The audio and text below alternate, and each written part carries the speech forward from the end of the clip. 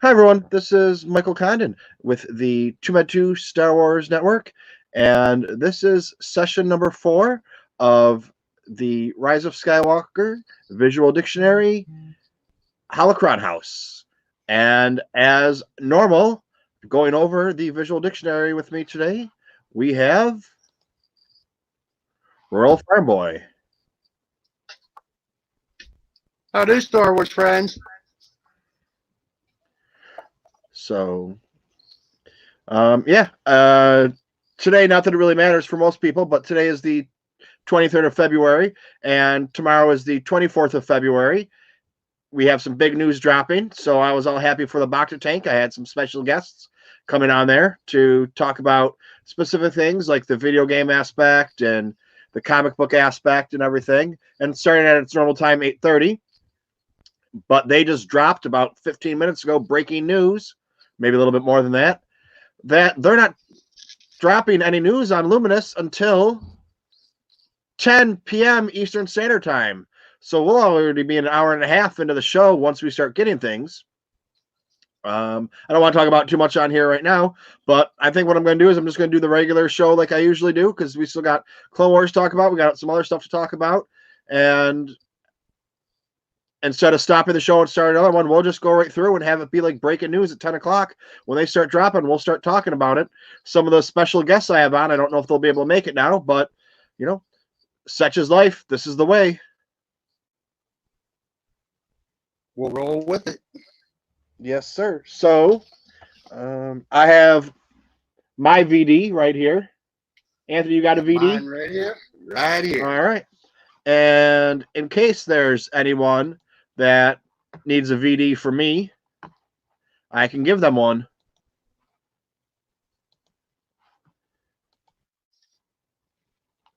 Bow. By the wonders of technology. Yes, sir. Now, I wonder when I go like that, what does it do? Does that make it any bigger, really? Oh, that makes it a little bit bigger, I guess. That was full screen right there, yeah. So, but that won't change the size. All right, never mind. That changes. So you people let us know. What do you want? You want to see a little bigger book, or you want to see myself and Royal Farm Boy while we're talking to you?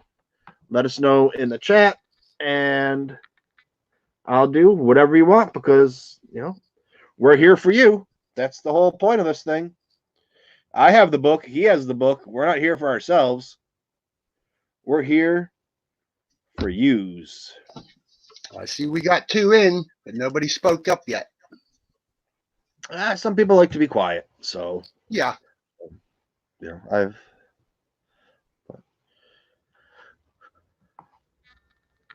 Well, I'm ready to talk some Star Wars. Yep. What's your thoughts on maybe? Yeah, I'll keep it right about there for now. That way it's big enough, and maybe other folks will get to take a look, and we'll get some talking going on in that chat room.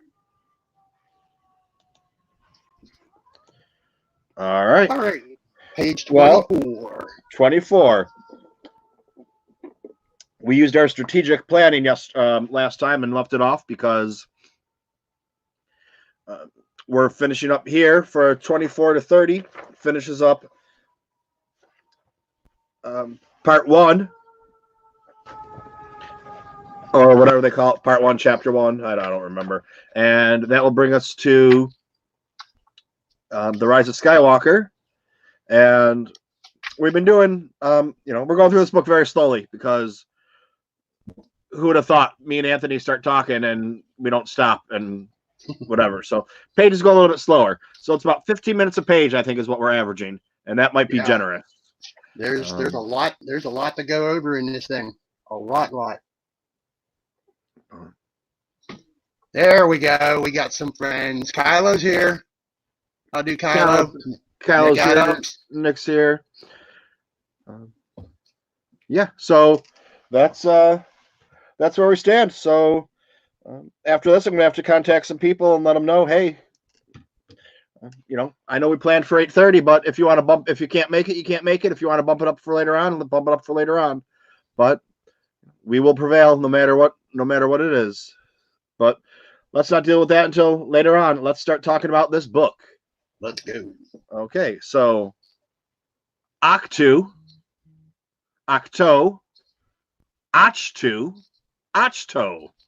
I've heard them all pronounced different ways from Lucasfilm people, so I just go with Octu. Yep. But we have a quote up here. Do you think I came to the most unfindable place in the galaxy for no reason at all?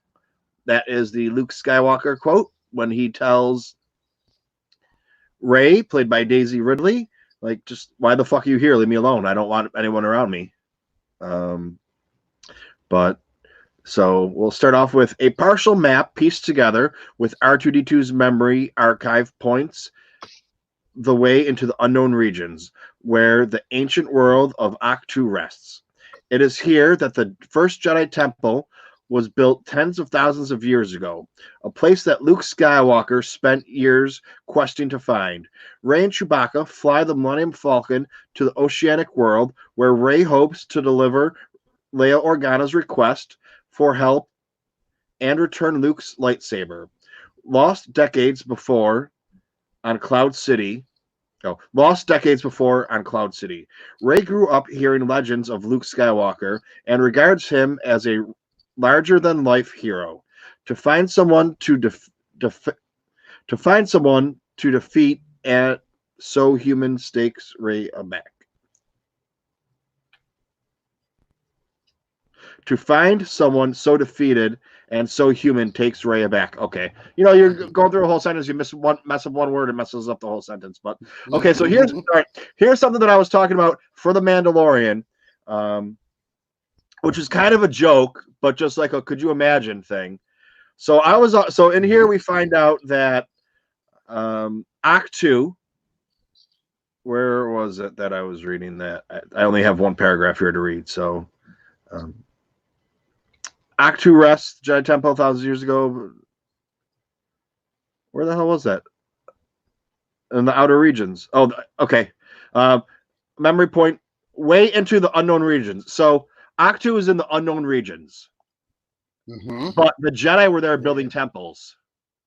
So my theory that I said, kind of serious, kind of joking around, just kind of like one of those things, just fucking around with the boys saying, hey, could you imagine if? The Yoda species and the Yoda planet is in the unknown regions. But if you take like the known regions and then you have like the unknown regions, well, there's got to be something like if you're in the unknown regions, there's got to be something after that unknown regions to the people in the unknown regions. What if Yoda's planet is from there? That's why there are a dime a dozen there. Everyone there's a Force user. It doesn't really matter. They never make it this far into Coruscant. That's why they seem like there's nobody there. So that just kind of, maybe my theory isn't that far off. Maybe you go to, it's like when you go to Krypton for Superman, they don't have special powers because everybody has those powers. So, for the Yoda species being so Force strong isn't really a big deal, isn't really a thing because everybody is. So they kind of equal each other out or negate each other. It's just the fact that when they get so far away from their home planet, which is, the unknown regions of the unknown regions, or like how, I don't really know, you understand what I'm saying? I don't know how to explain it. Whatever the end of the unknown regions is, out past there. So, the unknown regions. So that I just thought of that back up because that was kind of my joke, but so anyways, maybe I'll be right. Maybe maybe Lucasfilm stole memories I didn't know I had yet. And okay, so we have a picture of Rey meeting Luke Skywalker. Rey wordlessly greets Luke Skywalker standing at a cliffside on Octo and delivers the lightsaber. Emotions roil over Luke's face as he takes the profounded weapon and tosses it off the cliff. That was one of the things that a lot of people got upset about, but I didn't really get upset about it because he didn't want it. Like the first thing I said about this page, why are you here? I came here because I didn't want anybody to be with me, and you bring me this thing. There's a reason I left it behind and didn't have it with me, because I didn't want it anymore. And now you're bringing it to me. I still don't want it. So, Yeah, some folks did have issues with that, and like yourself, I didn't neither. And kind of when we was told the story, me seeing Luke the way he was, kind of made me think of me in a little way, because that Luke right there that we see in Last Jedi ain't like the Luke from previous years. Things went through his just like I'm not the same me I was 30 years ago. I'm very different, and I took in relation myself in a relation like that, just like Luke. Over time, people and things change. It doesn't always stay how we remember it. I'm not the same person I was 20 years ago. I'm not the same person I was 10 years ago. I'm not the same person I was 5 years ago. No, I'm not the same person I was before I found this online Star Wars community of people being, happy and helpful with Star Wars. God only knows if when I first got on here, I could have fallen to the dark side. If Rogue One wouldn't have found me and invited me to the Making Star Wars meetup on the East Coast, who knows? I could have got, messed up with some bad people and been on the dark side path, and it could have been totally different. So what I always like to say, what if after the fact holds no weight? What we know is now. Alrighty. But we have the next picture we have is the funny one where, with reservation, Luke begins training Rey in the Force. Upon opening her mind in meditation, she is instantly drawn to the dark side. But this is where he hits her with the reed or the leaf or whatever, and she's like, "Oh, I can feel it," and it was really that. So now this is one of the things we still don't know. Was she drawn to the dark side because she was a Palpatine, or was she drawn to the dark side just because she's 20 years old and never trained and has a lot of negative energy, negative space, negative thoughts, because her entire life she's been abandoned and trying to find her family, and everything she just dealt with the abuse from Kylo and everything that happened in the first movie, is weighing on her. And that's just where the dark side, when we find out the dark side's easier than the light side. When you're walking down that path, the dark side's quick and fast and easy. The light side you have to work for. But the dark side, you're done. The light side, you might be able to become a Force ghost. I think she done it, in my opinion, more out of curiosity. He was giving her that first lesson and really getting her to open up and understand all the meaning of things. And when she saw that direction, I think she went straight through it out of her own curiosity. And Luke got upset for her for that, but she didn't go and do what she could have done with it. She went near it, but she didn't go into it.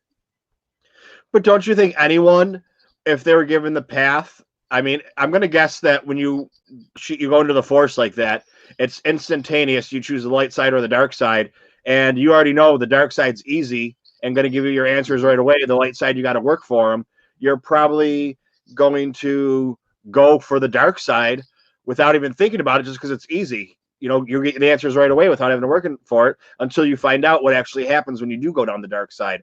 And who knows if it's even like a hallway that has a label on it that says light side, dark side. It could just be, this is the easy way, this is the hard way. And, these are all things that hopefully we find out someday in the future, or my grandchildren find out when 100 years from now the story gets told in Star Wars. But Sir Nerdalot, thanks for joining us. Listening is good. He says he's listening while he finishes some Sunday chores. Oh, let's see. So now we have that. Pardon. Go ahead. No, we have a picture of Luke Skywalker, and he has a water-shedding woolen cloak. Once again, here I am with the descriptions of the clothes. Do we really need to know it's water-shedding? Like it. You would just assume that it is, because why else would you? Whatever. And he has gloves. Just the Okay. one. Just the one. Just the one. Protecting his Pinniped, artificial hand. Pinniped leather glove protects his artificial hand. Okay, so he's the reluctant teacher. Luke's hard-learned lessons make him hesitant to teach another apprentice. His first apprentice, his sister Leia, stopped her training upon seeing another path she felt she must take. Unsure of his grounding in Jedi lore, Luke spent many years piecing together the lost history of the Order before he felt capable of taking on other students. Ben Solo was his most gifted apprentice, and Luke spent years teaching his nephew. Ben's betrayal hit Luke hard. So this is where we find out that Luke trained Leia.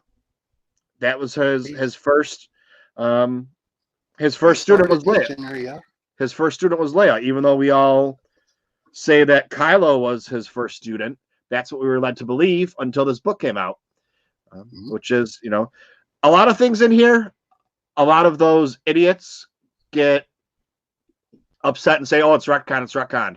Well, I mean, you know, you can't have the whole story. This wasn't like if you take something like Lord of the Rings or Game of Thrones, you have volumes upon volumes upon volumes of books that are written for you to go back and use, and that it's already written there. You know, our Star Wars movies, we didn't have books based upon. You know, our stories are based upon the movie before. Well, you got to film the story somehow, and you shouldn't have to read these books to find these things out, or the comic books or whatever. They should be added material, but it helps. It doesn't mean that it's being retconned or changing anything. It just means that they're filling in the story where they couldn't do unless you're going to put out a 3-hour movie every month to fill everything in. But now we got that's what these are for. They're for folks like us that want all them other details that flush this out so much bigger and wider. Because the normal people aren't sitting here talking about this. They're not going to watch this video. You know, my father, when I went to go see The Rise of Skywalker with him, I said, "You want to talk about it?" He said, "Nope, not talk about it to me." But I was like, "Hey, you know, I'm doing my show now. You want to talk about it?" He was like, "Nope." And I was like, "Okay," because he told me in a 30-second conversation what he thought about the movie. That's all there is. I could sit there and ask him questions, and you know, it'd be like when you ask Harrison Ford a question. You know, how the fuck do I know? I don't care about that. You know, like he doesn't. He was told the story. He enjoyed the story. It was good. The little details that he doesn't know about aren't important to him because they're not important. It's people like us that want to know these things. That, like me, I'm getting all upset about these little details that we don't even, you know, that we care about. And anyways, we'll go to something happy now. We'll go to, it looks like Octo's inquisitive seabirds, the porgs, Turbis the porg, have now spread remarkably far thanks to stowaways on the Millennium Falcon, Turbis the porg. Octo has twin suns, but orbits at a great enough distance to be temperate, unlike the desert world of Tatooine. I see a porg, and what I see, it looks to me like food. Chewie should have ate that bird. Well, that's wasting food in my eyes. That's wasting food in my eyes.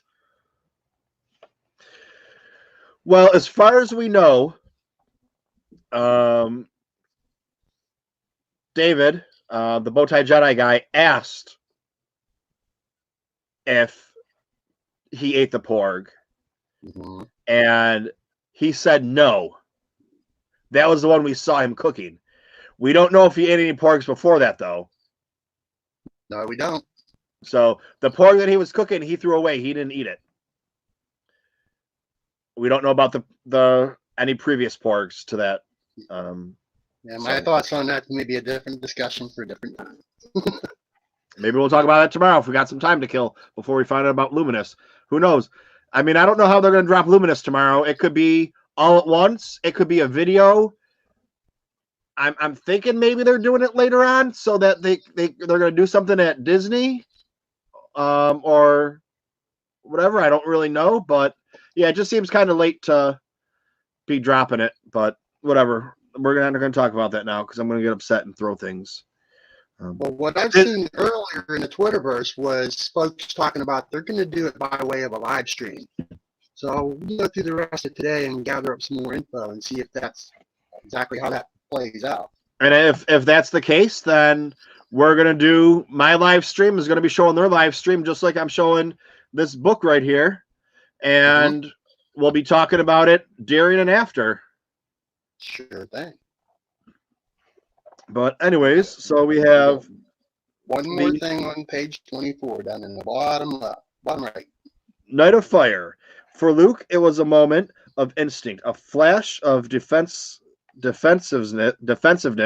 in response to a dark vision of his loved ones in anguish. For Ben, it was an unspeakable betrayal that confirmed every worst fear that he had about his family. But this singular moment was a culmination of mistakes and misunderstandings that had built up over the years. In protecting his nephew from the darkest of the truths, Luke isolated Ben, and in that isolation, a dark voice twisted Ben's fears into reality. We have a little timeline here also. 30 BSI, Luke begins training Leia in the ways of the Force, but she soon halts that process. 29 BSI, Luke begins traveling the galaxy, accumulating fragmented Force lore. 19 BSI, Luke agrees to train Ben Solo. In time, he gains other apprentices. 6 BSI, Luke senses a terrible darkness in Ben. Ben fears his uncle means to kill him. Ben sets the temple ablaze and runs away. That's set at the time of Bloodline. Luke voyages into the first Jedi Temple, leaving everything behind. R2-D2 enters extended hibernation mode. 0 BSI, Poe secures incomplete map to the first Jedi Temple and stores it into BB-8. 0 ASI, R2-D2 awakens and unites the navigational data with the incomplete map. These other two are 0 ASI. Rey finds Luke on Ahch-To, and Luke becomes one with the Force. So just a couple things really quick in there. We could still get some good Star Wars stories, whether or not they want to do them through. I don't say comic books because I don't read comic books. Not that I have anything against them. I think it's great for comic books. There's only so much time for everything, and comic books are one of the things I haven't put too much time into, and I have thousands upon thousands of pages on my Comixology one. I just bought I don't know if you caught last week's Anthony when you weren't here. I got so many graphic novels for my birthday because we went to a place called Ollie's, and they had like the Lando graphic novel, which is episode 1 through 6, $2.99. It's like, well, of course I'm going to buy that. You know, I can't pass that up. They had a bunch of other ones too, and then the big Star Wars one, they had, episode 1 through 12, and then this is what I got to figure out. I went like through 1 through 12, and then like 15 through 24, or whatever it was. Where are those 2 or 3 that are missing? And then I figured out those are in other compilation of graphic novels that have 2 or 3 different ones put together. Like it might have, I'm just making this up, but it might have Dr. Aphra episode 4 and 5, and then the Star Wars 7 and 8, and then 15 and 16 or something else that goes in that story that they want to tell together because it's tied together. So I got to try and figure those things out in there. But Christina's here. How are you doing, Christina? Yes, she is. I just saw that.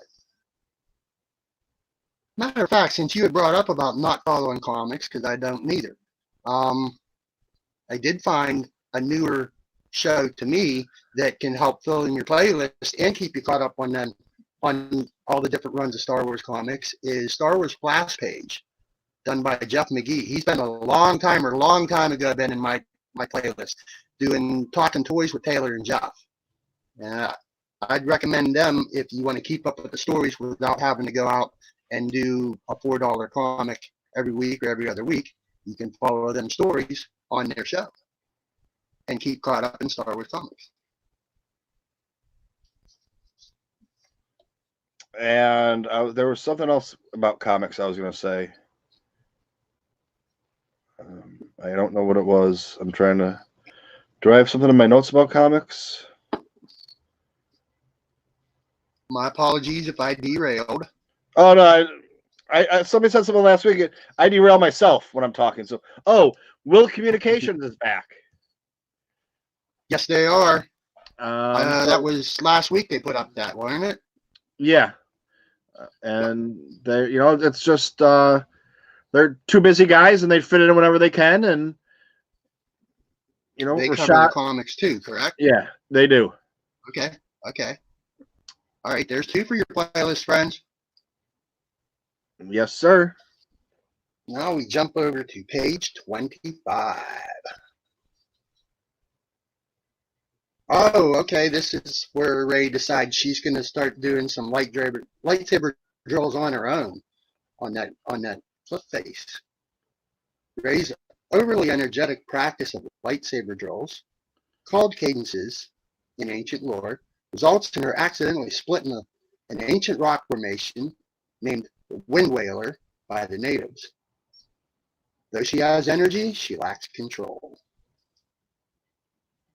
An eager apprentice. Rather than think herself a remarkable heir to a mystical power, Ray once attributed her skills and luck and intuition. She has come to realize that the Force has always been with her. But with a full awakening of her abilities, she begun to feel doubts and fears regarding her darker inclinations. Ray seeks the wisdom of a mentor to guide her past such pitfalls, but finds little encouragement in Luke, who states the Jedi Order must end. And then we see that symbol that's in that chamber of the first Jedi, the Prime Jedi. Yeah, the Jedi Temple built atop a high ledge overlooking the ocean. The first Jedi Temple is empty, save for some time-worn meditation plinths and a remarkably intact mosaic of the Prime Jedi in meditation.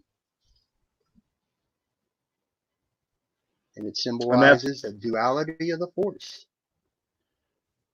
That's like the Jedi version of yin and yang. Where it's not one's not better than the other. They're both needed to survive or be completed, or I guess Notice how it looks out. It's equal parts, dark and light on both sides. Yep. There's light and dark. That's 100% correct. There's the Jedi figure or whoever the figure is. The body on the one side is dark, and on the other side it's light, and then surrounding it is the opposite faction of light versus dark and dark versus light. So I would say that there's balance.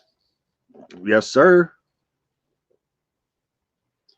Let me see, where are we now? Much to learn. Luke's isolation on the island has led him to a terrible conclusion that the Jedi are locked in an endless cycle of destruction and rebirth that takes the galaxy with it. I agree with that.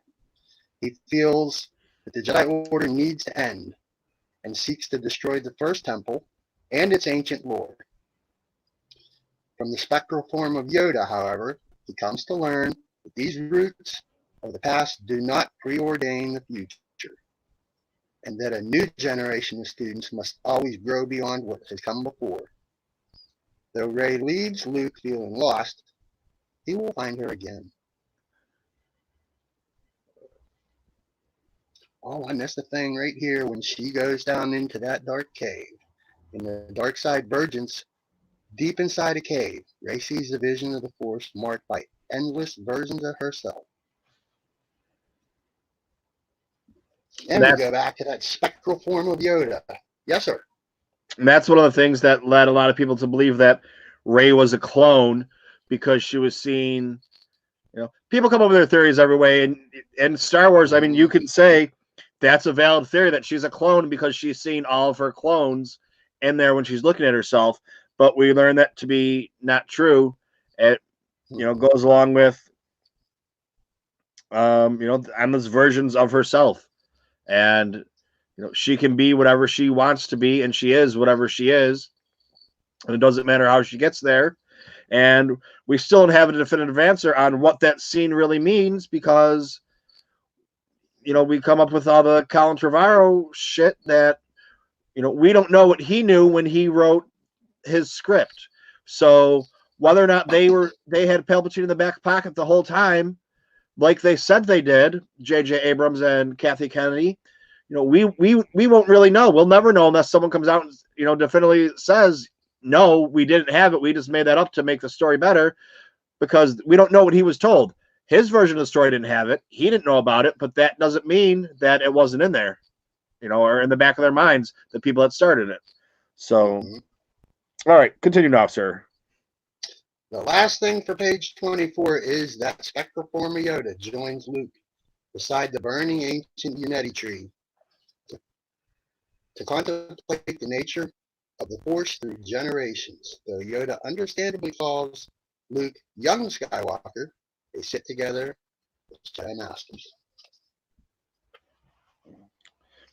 And we have please turn the page. The borrowed lightsaber. Oh, I did this one thing.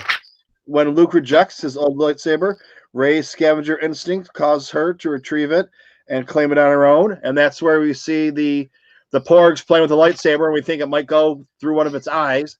And there's a few memes like that. Now, see, this is something that's all right. Loose, open weaving tabard in Jedi tradition. Talking about Rey's clothes. Okay, it's something about Jedi tradition. Now that it's waterproof. Anyways, all right, let's go on. Page 26. Oh, here we go.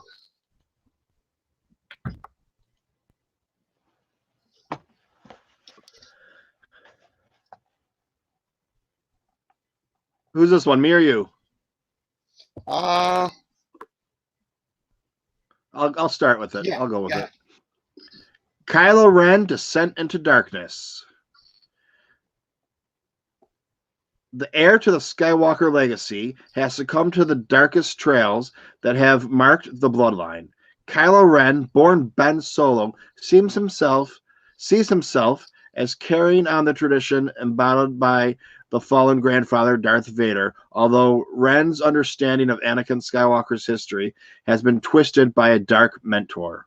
Supreme Leader Snoke's piercing perception of Ben's mind, his clear view of Ben's fears and insecurities, let him poison the Jedi apprentice with the dark side. By the time his family came to recognize the depths of Ben Solo's darkness, it was too late. Then we have the picture of Luke getting ready to do some damage to his nephew. Fall of a Jedi Padawan. The expectations of being a Skywalker, the nephew of the last Jedi and the grandson of a prophesied chosen one, weighs heavily on Ben Solo. Though his parents tried to build a normal childhood for Ben, when the Force awakened in him, it became apparent he needed guidance. Luke Skywalker took young Solo as an apprentice, and the two traveled the galaxy uncovering ancient Jedi arcana. In time, Luke's Jedi training temple grew. With Skywalker's attention now spilling among multiple students, Ben's focus wandered into dark corners of Force knowledge, and like his grandfather before him, he fell under the sway of the Dark Master.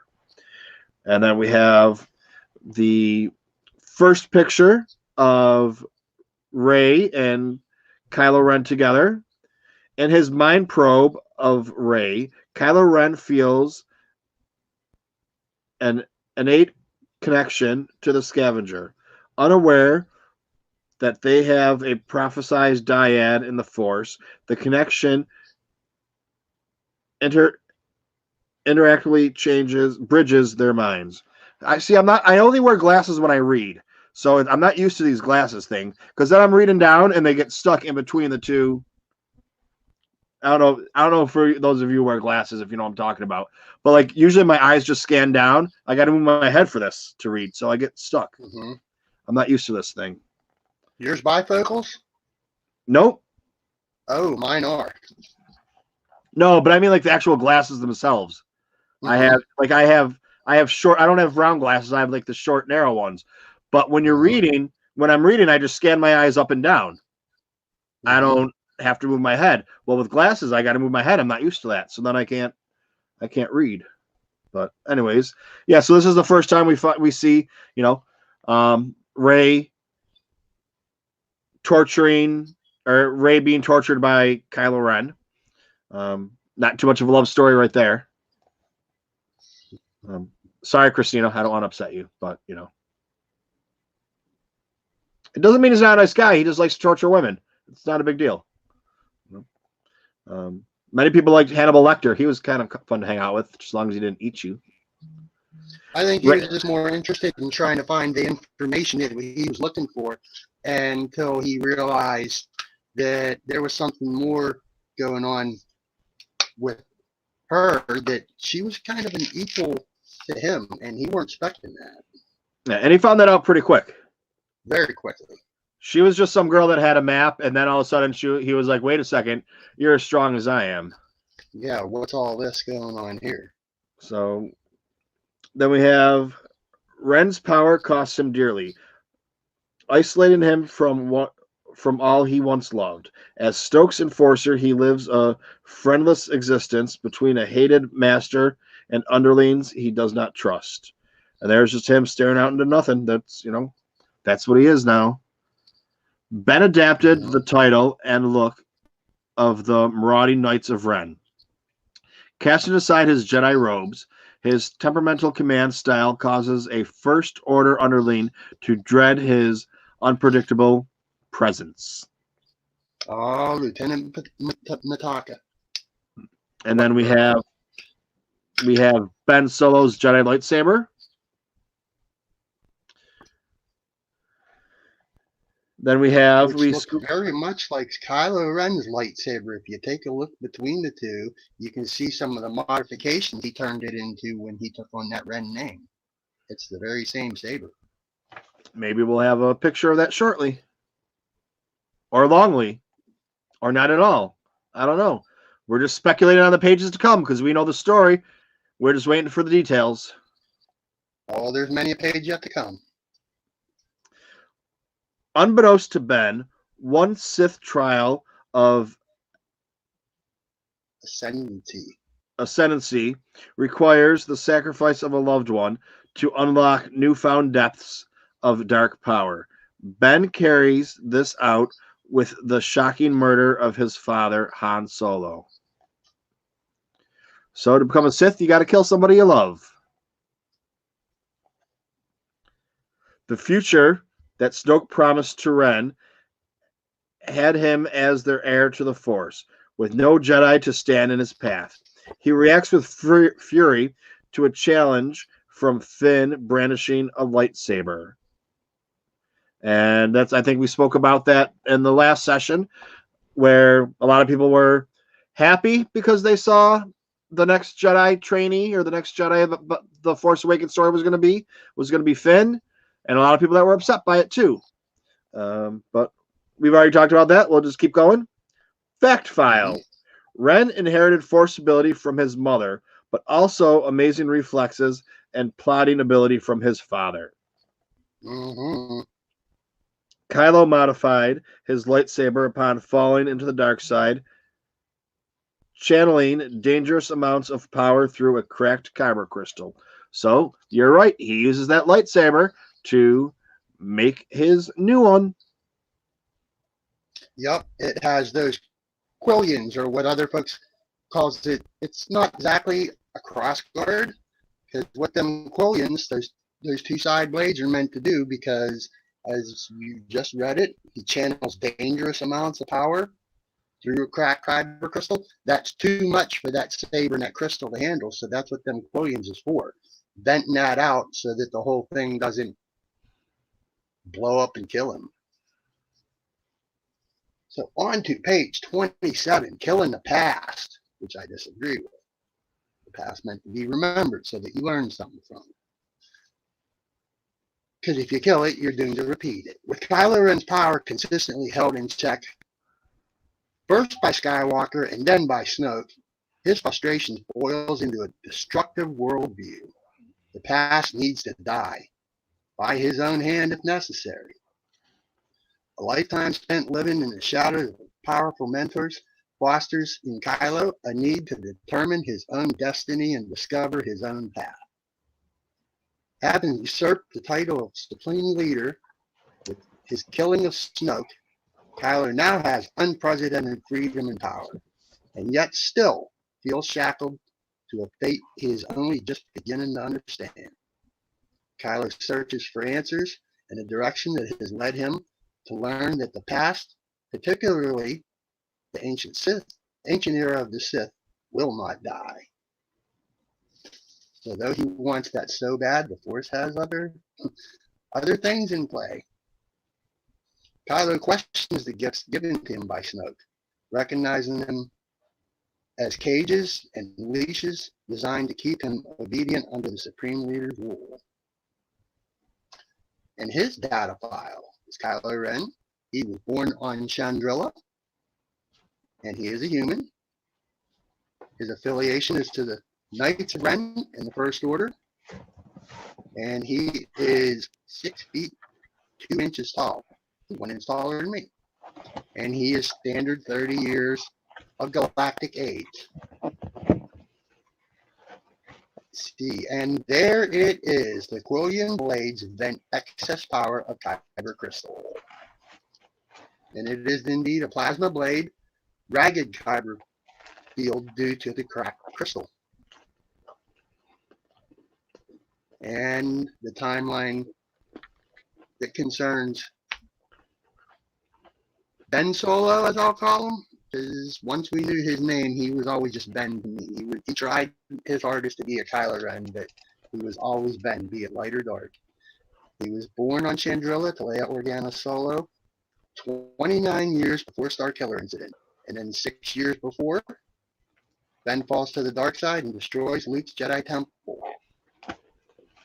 And at 0, after Star Killer incident, Kylo Ren kills Han Solo, but is defeated by Rey.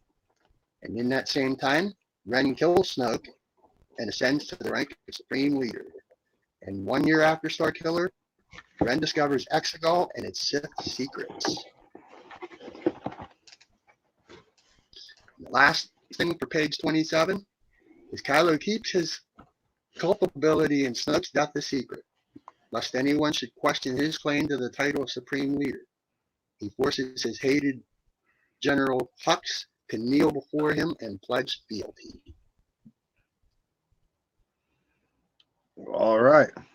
While you're reading that, I just want to grab a piece of pizza really quick. But all right. I turned my microphone off, so I don't think you heard it. But you know, oh shit, I'm still on camera. Because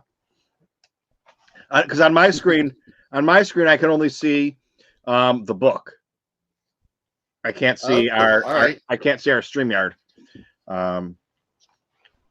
I mean, I'd have to switch screen. But anyways, all right. So I got most of the book, and you and me on the left. Well, because that way I need to be on the StreamYard screen so I can I need to be on the book screen so I can switch pages. Okay. I just didn't. Yeah. Anyways, all right. So you're gonna watch me eating or whatever if you watch the replay. So that's what it is about. But anyways, it's what we would be doing if we was all together in the same room anyhow. Yep. So we need our little R2D2 beep here. Beady booty booty beep. And we skip pages. On to 28. Okay. Now we have the Fall of Snoke. The ever-changing patterns of the Force converge so that Rey and Kylo stand before Supreme Leader Snoke at the same instance. A Resistance infiltration team attempts to deactivate the Supremacy's hyperspace tracker. This coincides with a last-ditch effort by the Resistance to make planetfall on Crate, by Vice Admiral Holdo's daring effort to buy them time via a chasmoclitic hyperspace collision. The Supremacy is cleaved into by the Resistance cruiser Radis. Kylo betrays Snoke and invites Rey to join him, and the Resistance infiltrates battle their way out of the stricken Supremacy blazing hangar bay. The fallout of these actions is immediate. Rey and Kylo become sworn enemies.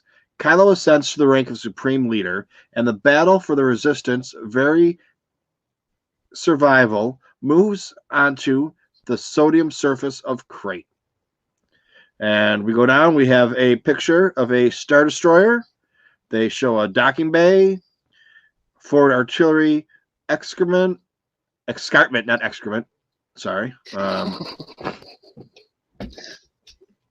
Terrace sprawl structure that houses crew space. And that is the Supremacy.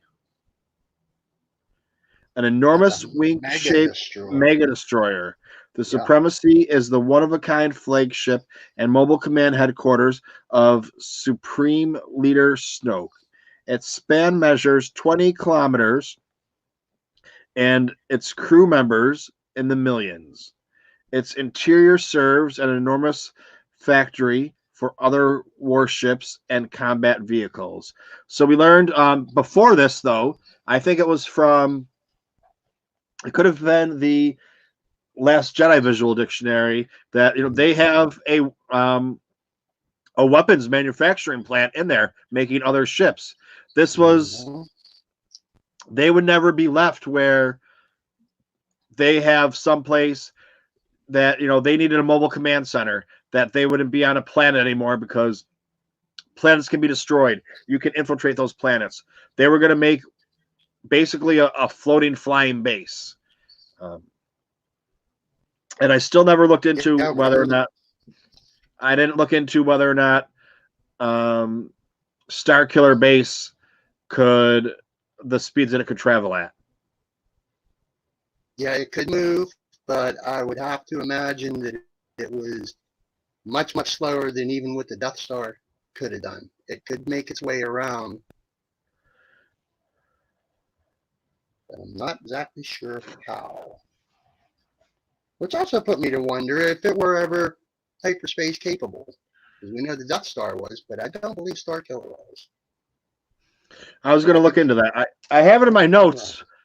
I have it in my notes, which means the only time I look at it is if I decide to add something to it, or if I actually, tomorrow when I go to see what was going on, what I had in my notes.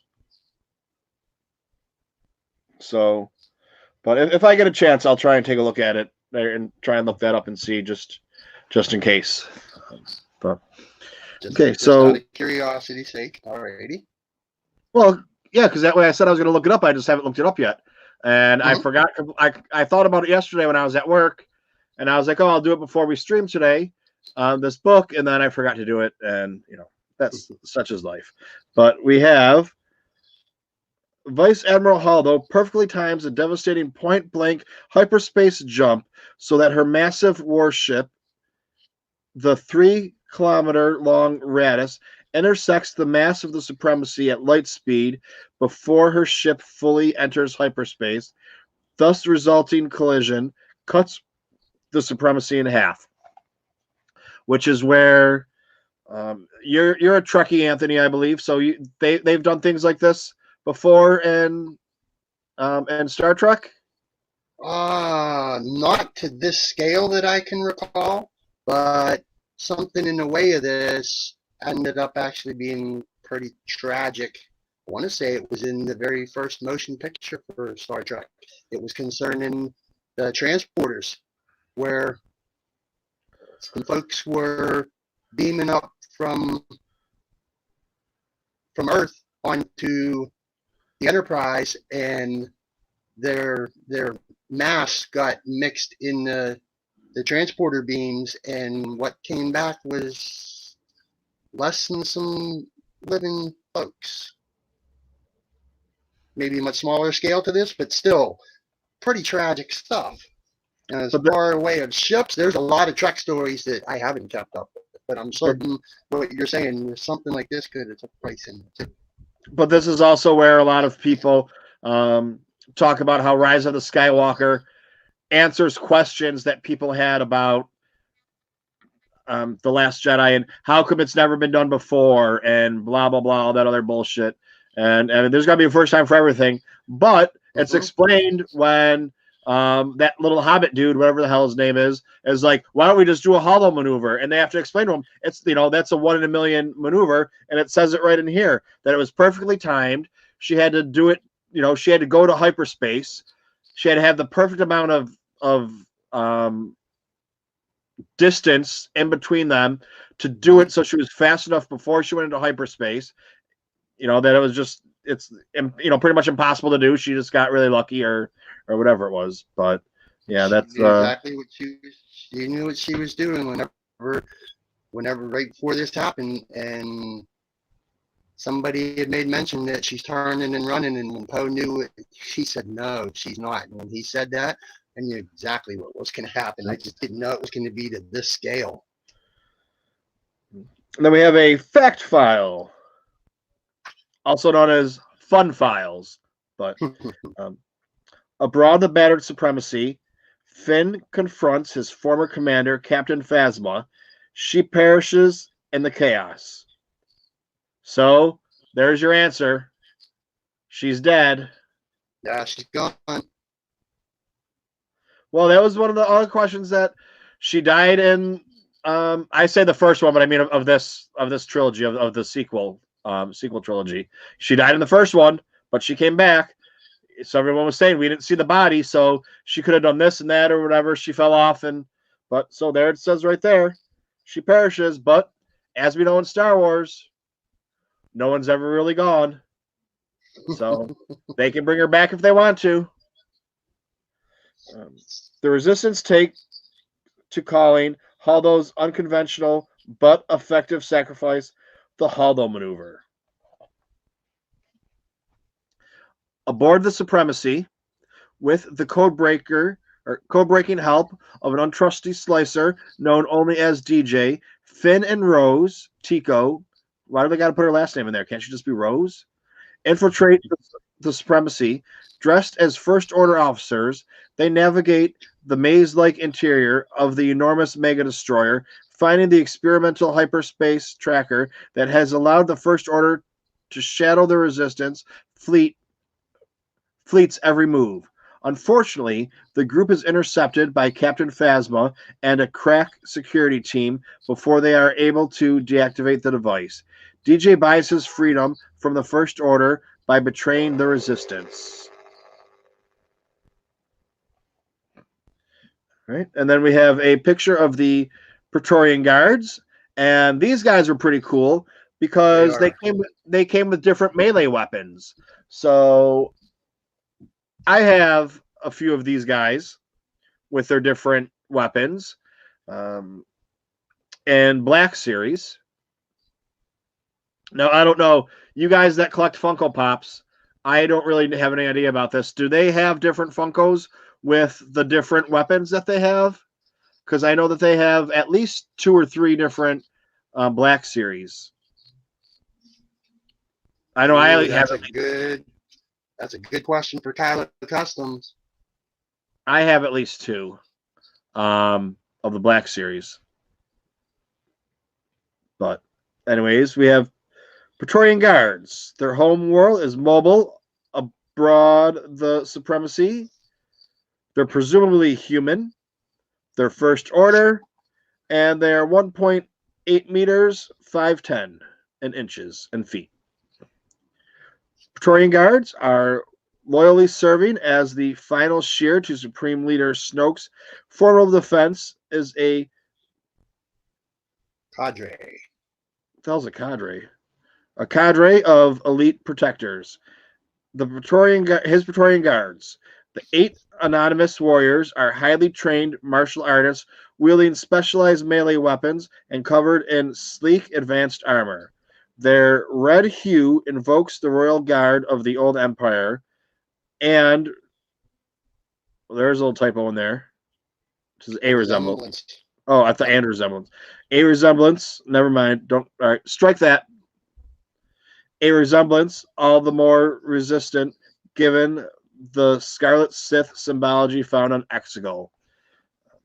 But we know from the visual dictionary when they talk about these guys, that's how we know they have the different melee weapons. Their armor is constantly producing, I forget the exact details, but constantly producing some type of electricity, which is causing them pain and harm, but which also makes them impervious, or obviously not impervious, but somewhat lightsaber resistant. Not all the way, though, because we see what Kylo does to the one dude's skull and goes right through his helmet. Well, some of them little facts going around that there, Praetorian Guard, answers some of your questions there, or adds to. Yeah, composite armor, helmet conceals identity. And did you happen to notice out of the 8 of them, they're each paired by 2s using the same weapons?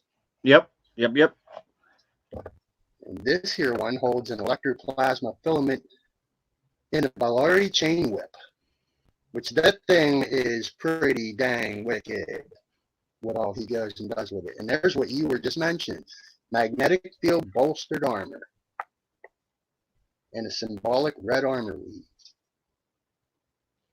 Yeah, they were badasses, and they got took down in a badass way.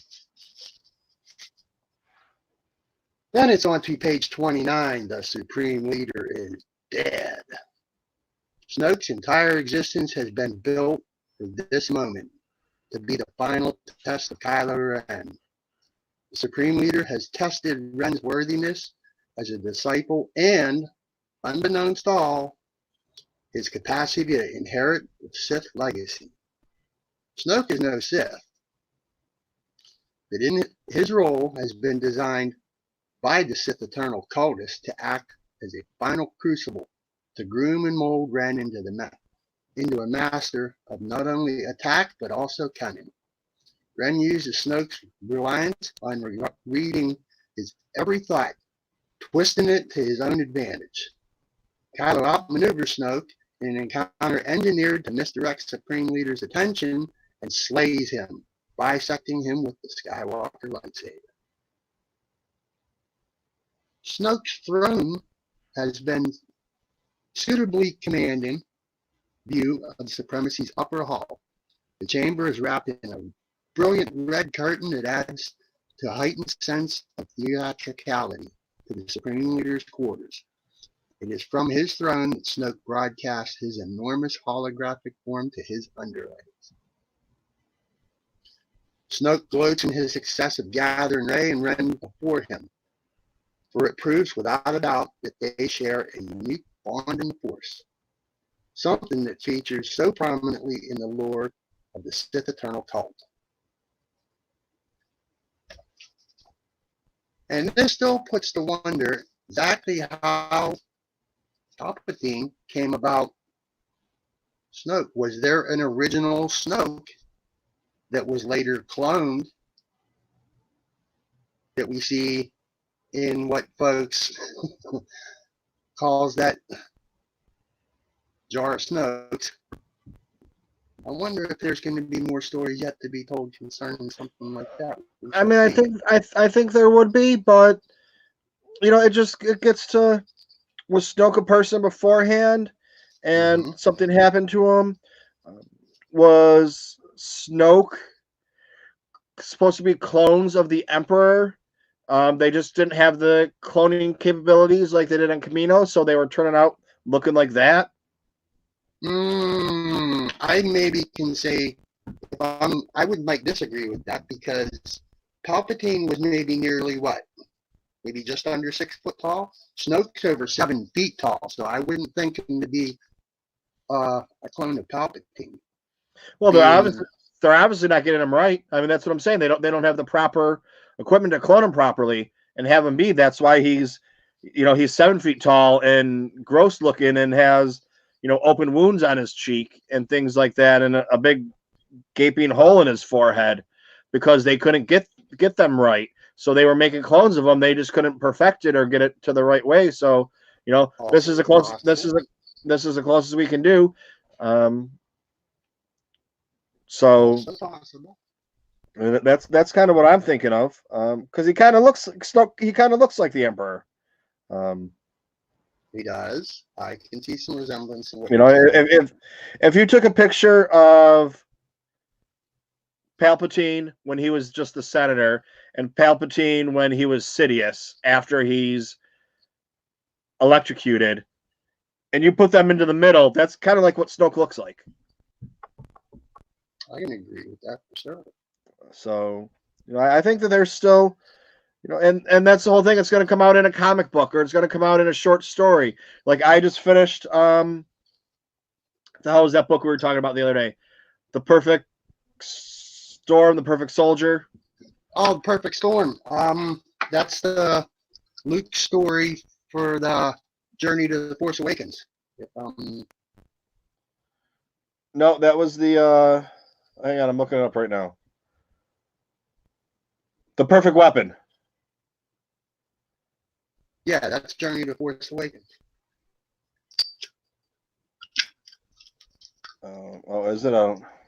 Yeah, but that's. I mean, it's only. At Audible, it was under 2 hours long. I had that in at work yesterday while I was rebelling, so that was why my list. I told you yesterday that I was going to have a good list today, but it was short because I was listening to a bunch of other live streams that weren't necessarily Star Wars related, but people that are into Star Wars that do a lot of streaming, and it's getting into some murky waters there on some of the people I'm listening to because they might identify with a certain faction, but they're not that way. It's just kind of like, I wasn't happy with the movie, so I call myself this, but I'm not a fucking idiot like these other people. So it's kind of like the one guy we have that comes in here, Benzo. He says he's part of that group, but he's really not. He just doesn't like the movie. And it's like, well, not liking a movie and being part of that group are two different things. But, I'm not going to tell anybody what to call themselves. And he comes in here, he's respectful. And, they know I'm a Star Wars network and they've never once asked me what my viewpoint is, either for, or against, or whatever. So it's obviously not that big of a deal to them. But, I also did see that you, in some of those live streams, you put up, was it Talking Sith? Are those folks, I listened to them for last week and they said they were aiming to start doing some live streams. You familiar with them? Yeah, I met Josh at Celebration when I was walking around with Mike Pappas and the guys from Scruffy. We were walking around, and the only reason I remember meeting Josh is because he came up and he's like, I know you. I know your voice. You're Mike Pappas. I was in the aisle over, had to come over and meet you. And that's how they met and they became friends. And I've been friends with Josh. I don't really have a lot of communication with him, but on Facebook for a long period of time. So, and he's the one. If you saw the pictures of at Celebration, somebody was there, and it was a guy and a girl, and the girl was pregnant, and they have a sign that saying "You are my father" or something like that. That I think Anakin. They had a picture taken with Anakin. That's who that was. I'm almost positive. I think that rings a half a bell. I remember parts of what you're saying, but that was a year and a half ago.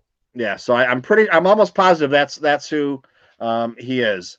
But yeah, like we're in the Rogue One Army Facebook group together.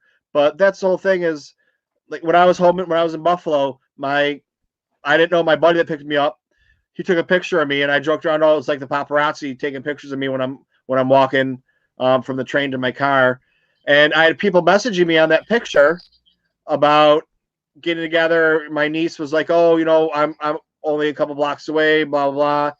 And I was like, I don't get on, I go on Facebook for 5 minutes a day to post Star Wars stuff on the TooMedToo page and wall and group and check my other one out, but I don't even really check anything on it. So, people are like, oh, I sent you a message on Facebook, you didn't respond. Well, that's not really how that's not one of those things I communicate. Maybe a couple of years ago I would have been on there all the time, but now it's when I have time, it's on Twitter. But anyways, yeah. So I'm the same way. I got a Facebook page, but you rarely ever see me there because it's all time Twitter for me.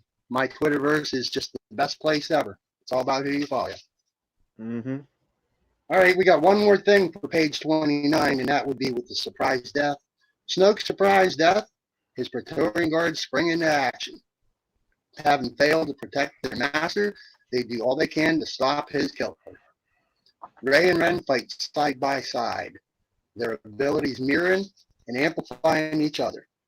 Their force bond strengthens with every passing moment. Didn't it just? And R2 beep boop beep. Oh, beep boop beep. Page 30.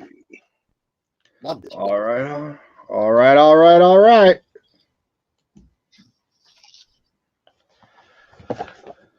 Page 30, the Battle of Crate. Here we go. Crate becomes the last stand of the Resistance as the fleet survivors barricade themselves within an old rebel base. Unable to bombard it from orbit, the First Order lands an invasion force armed with a super laser cannon to crack open the base's shielded door. To hold off these attackers, Poe Dameron leads a squadron of decrepit ski speeders, but they are simply not enough to stop the First Order's inexorable march. Just when all appears lost, an unexpected figure steps out from the tunnels of the base, Jedi Master Luke Skywalker. I was so waiting for you when you said the super laser cannon to crack open that big ass shield door. I was waiting for you to do it, but you didn't do it. No, this is a very fucking professional podcast YouTube channel. All right. Please don't bring me down. Don't bring me down, please. Excuse me. Resistance soldiers take cover in trenches cut into the crimson crystalline ground by rebel engineers decades earlier. They power up Spetsok. Of course you know that word. Spetsok V-120 and V-232 cannons, which have never been fired in combat. Well, and then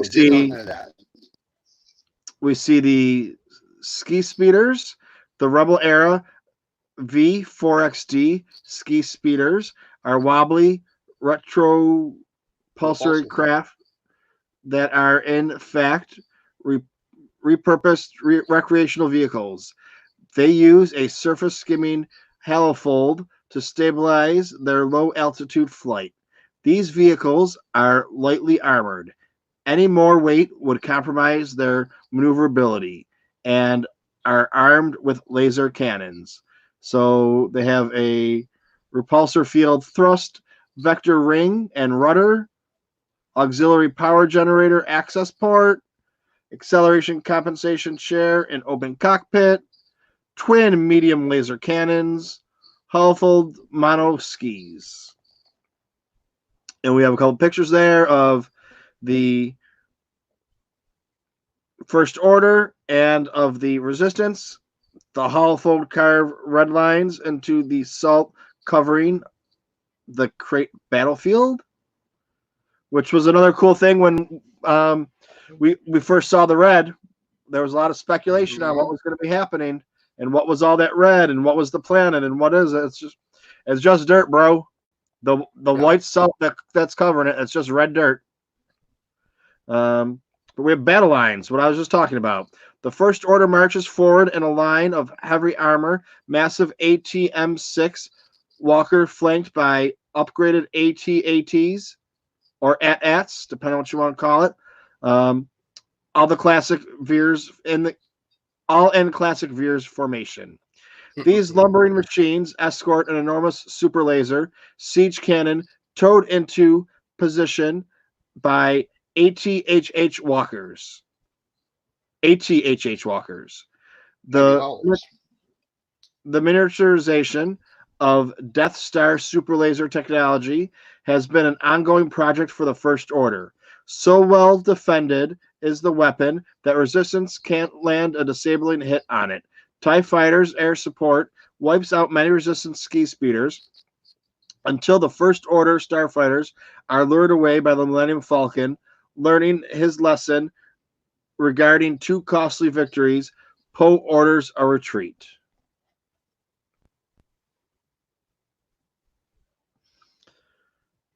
Okay, so the Resistance survivors retreat deeper into the base caverns and are led to freedom by Rey, who uses her complete faith in the Force to telekinetically lift a barricade of boulders. And we see her with that boulder lifting shit she does. Mm-hmm. Through the fun files. Through the Force, Luke makes contact with his twin sister Leia and is able to say farewell to her. By following the paths of Vulptuses, crystalline fox. Oh, okay, those are the fucking foxes. Mm-hmm. A whole pack of them are called Vulptuses, and if you're talking about one, well, that'd be a Vulptex. That's why I see there. Where's the X in my Vulptuses? Crystalline foxes. The Resistance survivors find their escape route through the base's labyrinthine interior. Want to knock out 31 too? Sure. Alrighty, Skywalker returns. Luke Skywalker takes to the battlefield and is seemingly untouchable by the First Order artillery. Kylo Ren rages against his former master, unable to strike Skywalker down. In truth, Luke's presence exists only in the Force, a projection through a Falcini technique chronicled by ancient masters in the sacred texts. Oh, this will be a fun one now here. As Simifolatrus, as I read it, spelled as sounds. The discipline requires extreme concentration and focus as Luke essentially pours his living force presence into an all-encompassing cosmic force, bridging incredible distances. When in fact, from where Luke was to create, in galactic terms, not really that far away if you're familiar with the galactic map, but long distance nonetheless.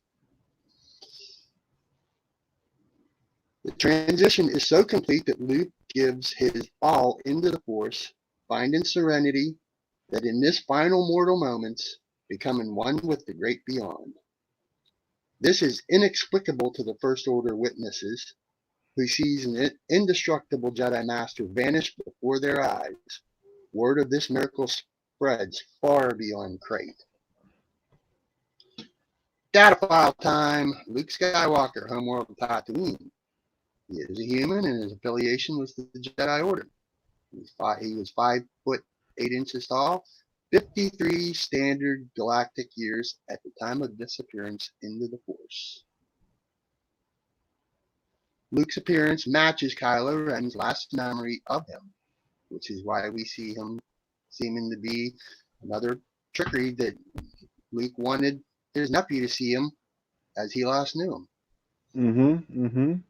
The woven Jedi robes Luke wore before a time during Ben Solo's training is what he wears. And he wears a traditional Jedi belt buckle.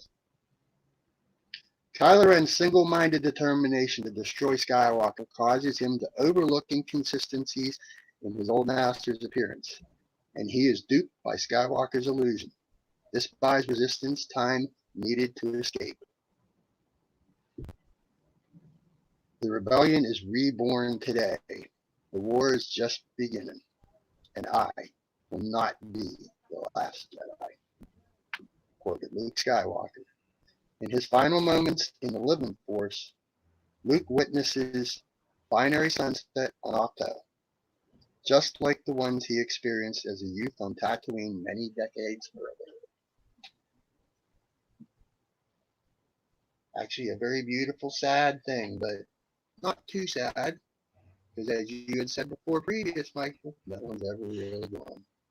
No, and he's a Force ghost now, so I mean, he knew what he was doing before he did it, and it goes along the parallel of Obi-Wan does it in Star Wars, and everyone thinks how great Obi-Wan is because he sacrifices himself. So, the big three plus Chewbacca, if you want to call them the big four, I guess, even though it's still only the big three, so they can survive and they can go on to complete the mission and do what needs to be done.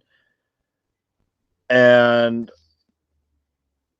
Luke Skywalker does it, and people are having, it's like somebody pissing their Wheaties. And, that's how can you kill Luke Skywalker like that? He deserves more bullshit. He doesn't deserve anything. He's a character written to bring the masses pleasure. And even if you're not happy with it, they're not writing. I mean, well, yes, you're making the movie to make money, but you're writing the story because that's the story you're going to tell. And if you don't like it, too bad. Could you imagine? You're speaking to those folks that said that that's not what Luke would have done, or that's not my Luke. Yeah, and he weren't never your Luke. He weren't never my Luke. But think about it too. All right, if you grew up with the prequels, you never saw the original trilogy, and you see Obi-Wan grow up through his time through 1, 2, and 3, and you're like, oh God, this is great. And then, oh, okay, yeah, I'm gonna go back and watch episode 4, which is Star Wars, which is episode 1, which really isn't episode 1. It's actually episode 4. Now it's A New Hope. Let's see what kind of badass shit he does as, a 60-year-old Jedi or whatever, when this is what he was doing before.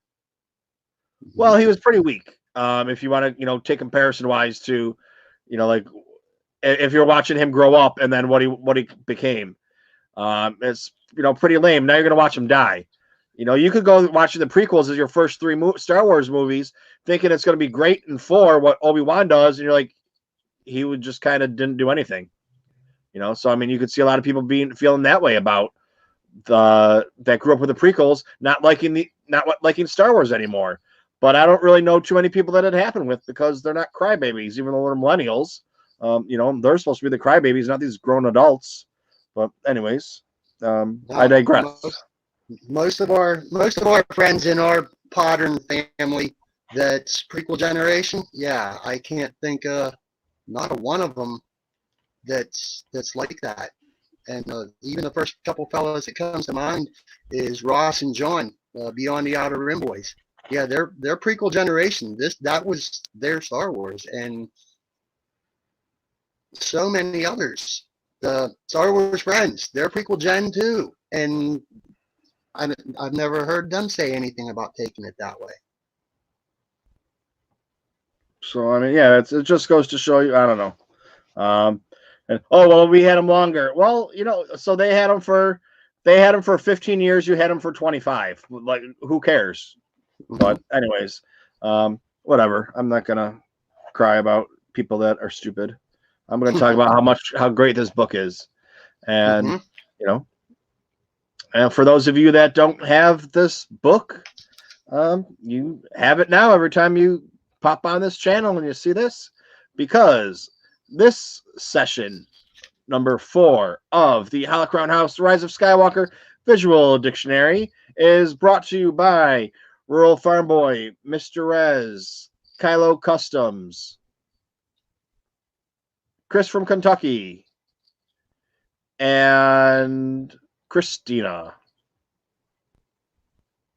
So TooMedToo patrons. Those are my Patreons. They help keep the lights on. They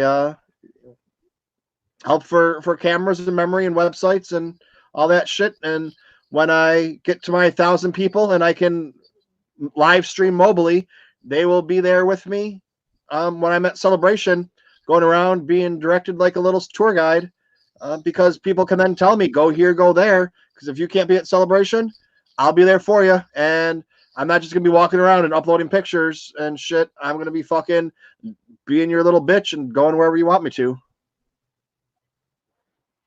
You know. Anyways, so Ord's Board's here is here. And we have a puppy here now. Shh. Hey. There's that little girl. Hey. You want to say hi? Come here. I think she wants Dad's attention. Oh, big jump. Say hi to everybody.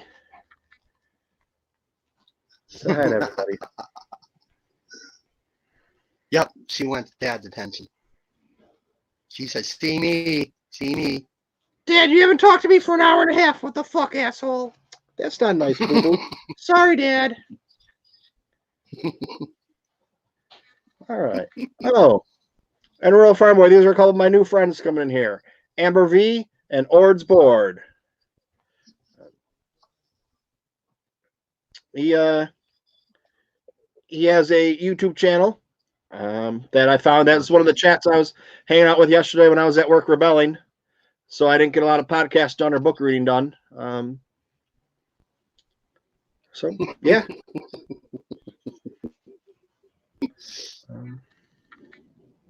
So you guys came at the perfect time. Oh, her name is Delilah. She just turned 13. We have the same birthday. Long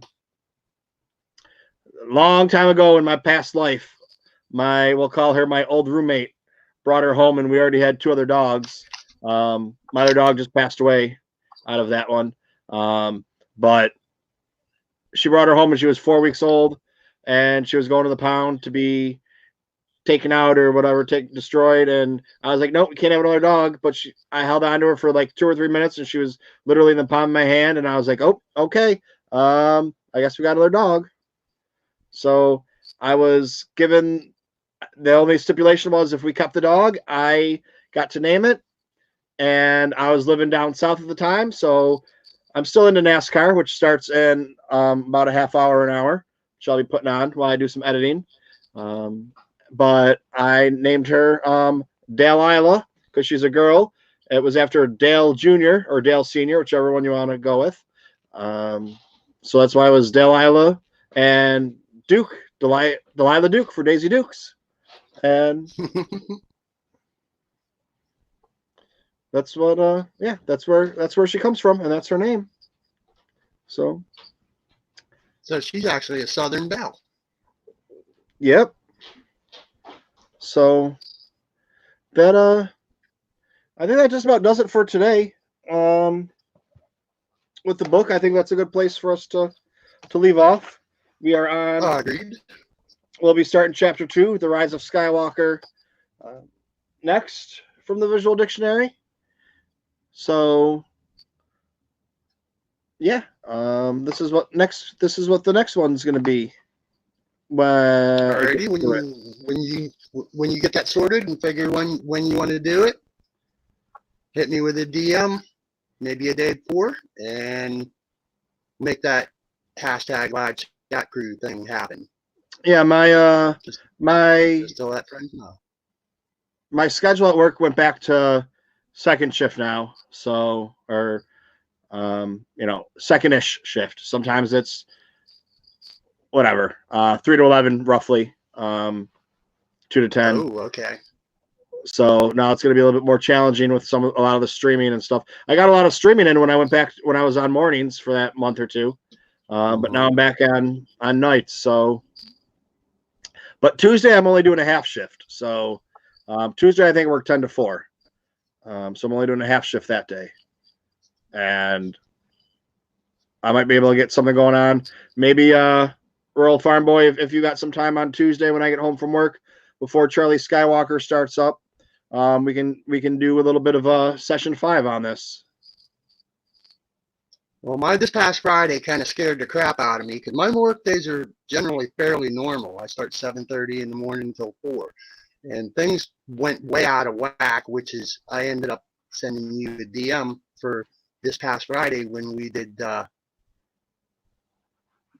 chapter 3 of this show, and I thought I was going to end up staying late, and I ended up busting my ass pretty much to get that done, and I ended up getting back home on my normal time. I just didn't let you know that I wasn't going to go back and say, oh, we can actually go back to 6, and I thought, no, we'll just do 7 and let it be at that. So hopefully my week coming up stays fairly normal and shit don't get blown out of whack to interfere with me. So I'm just going to go and say, trust in the force, and say, yeah, sure. we can do something. We can do something Tuesday before Charlie goes live with his show. If I got to do another round 2 of busting my ass at work, make sure I can get home at 4 o'clock and be home by 4:30. Yeah, let's give that a go. Not everybody's got a VD like you and I. So we gotta bring them. We gotta bring them a VD whenever we can. Yeah, I just asked Kylo in the chat, and he said no, he ain't got this book yet. So yeah, we're providing him with a service to come get in this with us and talk about it.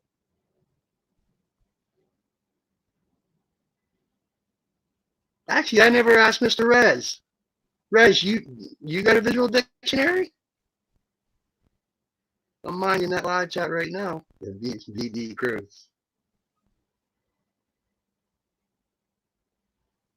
Let's see what he says, because I don't know. I'm not right certain if he's got one of these. No, he don't. Okay, so that's 2 of our friends we can get in here and talk about this with. And that's kind of what the whole point of it is.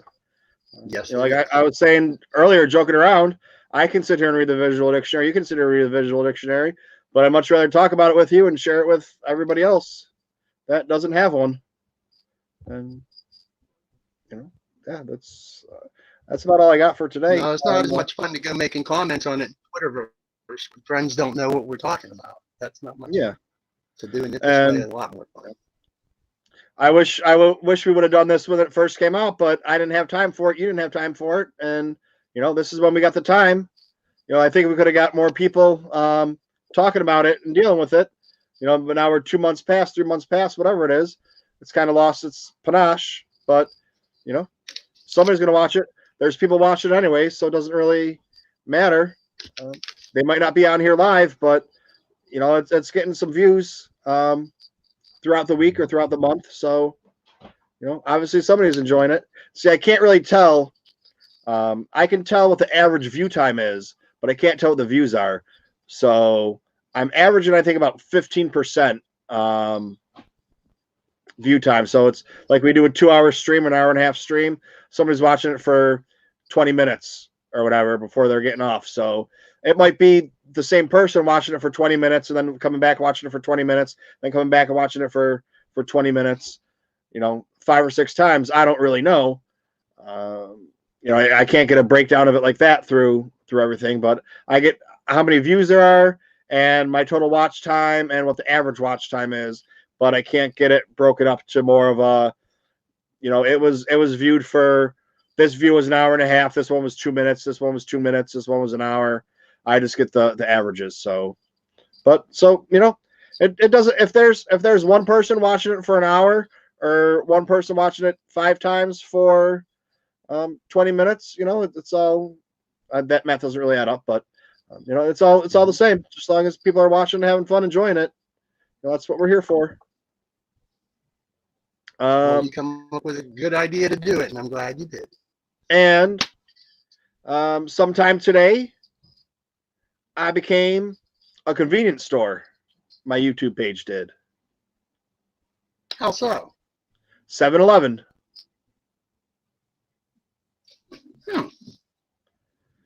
So I hit 711. So I need okay. I need 39 more to go to reach my 750 for my drawing. And I was hoping to do it before March 1st. And then if I did it before March 1st, I was going to give away a bunch more Funkos. Mr. Rez, I did that. I did that in a very racist voice. So thank you.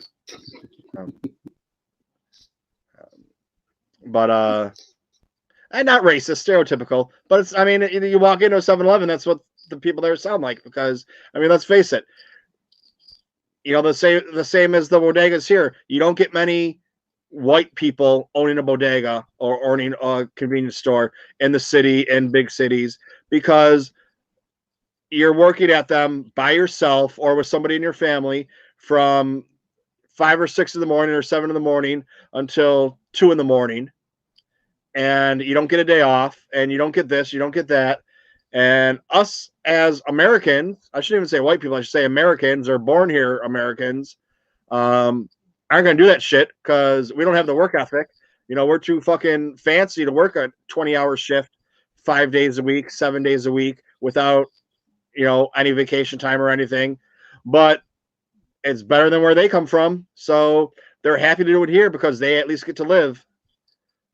But that's, I don't know what that is. Some people could say that's a good thing on my part, what I just said. Some people could say it's a bad thing. Take it as you will. All depends on a certain point of view. Yes, sir. A certain point of view. That's another book. We got a list of books. You doing any game streams later on? I am. I want to try and get a little bit more editing done. My birthday week kind of killed me. I didn't get any editing done. I'm just trying to take out the big time gaps in this. Not this, but when I do the box of tank, I'm trying to take out the time gaps in there. But I have to listen to the whole thing, which is 3 hours long. So I need 3 hours to sit there and go through it. And then I don't have the proper, like if I had a touch screen, it'd be a lot easier. I could just go touch the spots and delete it, but I have to use the mouse, and it's just a couple seconds here and there extra. But when you're adding a couple seconds here and there, those couple seconds add up. So it's not just 3 hours of listening. It ends up being 5 or 6 hours of listening for me to edit the 3 hour show down to something that's a little bit more listening able, I guess. If it was a podcast I was putting on YouTube, it wouldn't be a big deal. But since it's a YouTube that I'm putting into a podcast, it's a lot harder because, we're sitting here looking at a book and talking about a book.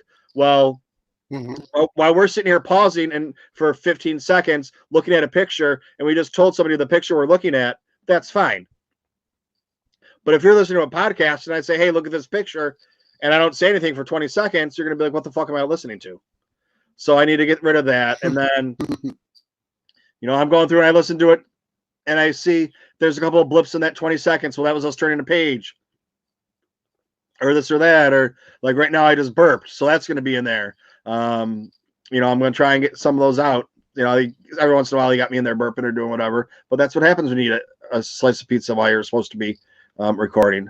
Things like that happen. But yeah, just, or if you're watching the YouTube and my dog barks for a minute, you hear the dog barking and you see me sitting here like this, waiting for the dog to stop. I leave that. It just goes up to the YouTube. I don't edit that out or do anything. But if that goes on to the podcast, I edit that out. The first couple I didn't. The last one or two I've tried to, but I think I've edited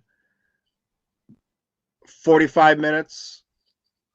Yeah, so it all depends. It brings it down from about 3 hours to about 2 hours. And it's just about an hour worth of dead air time, or when you and I are talking, or whoever's watching us talk and listening to us, they understand all those pauses, what they mean, and things like that, like I just said. But if you're listening to it, they don't make any sense, and it's not, no one's going to listen to it. I'm not doing it trying to become a podcaster and try and get people to listen to it. I mean, I am, but that's not my main goal. My main goal is to put it on there because some people, it doesn't matter, won't watch YouTube, but no matter what, because they hate YouTube. So I can turn it, put it onto there, and they'll listen to it that way. But the main focus is doing the YouTube channel, not the other way around, like most people do the podcast and then just put the recording on the YouTube. Because if I was doing the podcast, I could then, if I was using like BeanPod or Podbean, whatever the hell it is, they will turn your podcast into a YouTube clip, and it doesn't have pictures. It just has the voice levels. so you know where, like, what you're watching, where to go. They take out like the pauses and things like that, which I could be using, but that's not what I'm doing it for. So it doesn't really do anything on that aspect. But yeah, so anyone that's on here, just go to Anchor and make it. I guess you don't subscribe, you make it your favorite, and if you ever want to just hit that little yellow star. If you ever want to yellow star on Anchor, subscribe here, listen over there. When it goes on to, I need to build up more followers so that it will then go on to other platforms and things like that, and then more people will be listening. And it's just, as well as eventually it will be good for, there'll be people listening, then maybe somebody will want to turn in and watch us. I don't know why I look at my ugly ass all day long, but we'll see. So yeah, that's I guess that's about it. I've been rambling on about nothing for a while, so we'll see what happens with Project Luminous tomorrow. Box Tank's going to be there 8:35 as normal. Talk about Resistant, or talk about Clone Wars, talk about whatever else we got, and we'll see what happens,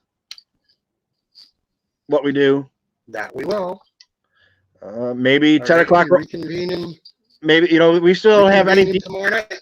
We still don't have any details yet about what's going to be happening. We just know it's at 7 Pacific, 10 o'clock our time, or Eastern Standard Time, depending on where you're watching, when it's going to be revealed. So we don't know what yet, how it's being revealed. They haven't said anything. Maybe while we were recording this, some more information's come out. But, is it going to be a live stream? Is it going to be a live stream from Galaxy's Edge?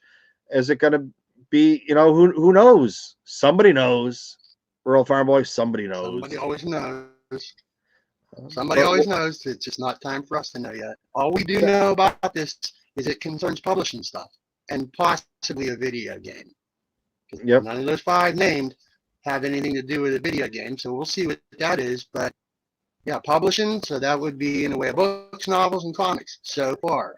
Maybe it's bigger than what we know. Find out. So yeah, I'm thinking it's going to be big. It's going to be movies and TV and comic books and books and everything else, cartoons, and I could be completely wrong. Maybe it's just wishful thinking. If it's not, I'll be happy with the books. I'll take what they give me. Yep. Now, I'll be happy with the books. I might not be happy with the books, but I'll be happy with the books, if that makes sense. Surely does. All so right. Reconvening right here tomorrow night, 8:30. Yes, sir. Box Tank. Come get tanked. And and if you at some point today, I will be going on with some Fallen Order. I don't know when. I got a little bit of editing I want to do. The race starts in a little while. I mean, I can watch the race and play Fallen Order at the same time, so that's not a problem there. So yeah, get it sorted, and if you're going to jump on in game, I'll jump back on and watch a game. We'll carry on some more. Yeah, and I think when I tried to play the other day, I've only played for like 15 or 20 minutes, and I didn't realize that only my audio was coming through, but my video, because I was in Buffalo visiting. I was at my parents' house. I was in their basement trying to play. Okay. I had to go over next door to my sister's house the next day to do the Box Tank, but it was too slow, so the audio was coming through, but not the. It was only giving me 3 frames per second, I think, when I checked it. So, I mean, you're yeah. So it's and it wasn't. Some of it wasn't even going through that fast because it was a couple seconds for each frame it was staying on. So, I should be able to get through what I did really quick there. If you remember, I was fighting that one beast, and I was getting my ass kicked over and over and over and over again. And I was like, fuck, I don't know what I'm going to do. I can't, like, this is the hardest thing I've had to fight because I couldn't even figure out a pattern. I couldn't do anything. And then when I went to go play the other day, I hit the wrong button, and I was like, oh, nope, that was the right button. I shouldn't be hitting that button because it's the wrong button, but it's actually the right button. So now I think I know what to do. So I should be able to kill that and do a little bit. This should be some good watching. Not my normal play really well for 15 minutes and then spend 2 hours trying to figure out what the fuck I'm doing. This should be more along the lines of some good exploring for the majority of it. And I didn't save it on purpose because I didn't go very far. No, on purpose. So I can go fight that guy again. So you can actually watch me fight him instead of it being, just hearing me fight him. So this you left off. You're going to pick up where you left off at last weekend, where you was coming face to face with that big old bat-looking bastard, right? Yep. Yes, sir. Okay. All righty. We'll see how you can do now. You found the right button, which you thought was the wrong one. We'll see what happens. See how this plays out. All right. Anthony, don't go anywhere either, buddy. All righty. So, my mouse stopped working. Oh, there it goes. All right. All right, everybody. Well, thank you for joining us today. This was session 5 of the Star Wars VD, and Delilah came to say, subscribe, like, Patreon, motherfuckers! Yay! Delilah, that's not nice to talk like that. Sorry, Dad. And then, yeah. So we got some Fallen Order going on later tonight, and we have the Boxing Tank tomorrow night, and that'll probably be it. Maybe some Tuesday action going on, but that'll probably be it till next weekend because my schedule changed at work. Unless I get some Fallen Order in during the day, but most of you won't be watching it because, shift changes and whatnot. But, all right. With that, I say good day. May the Force be with you. Always.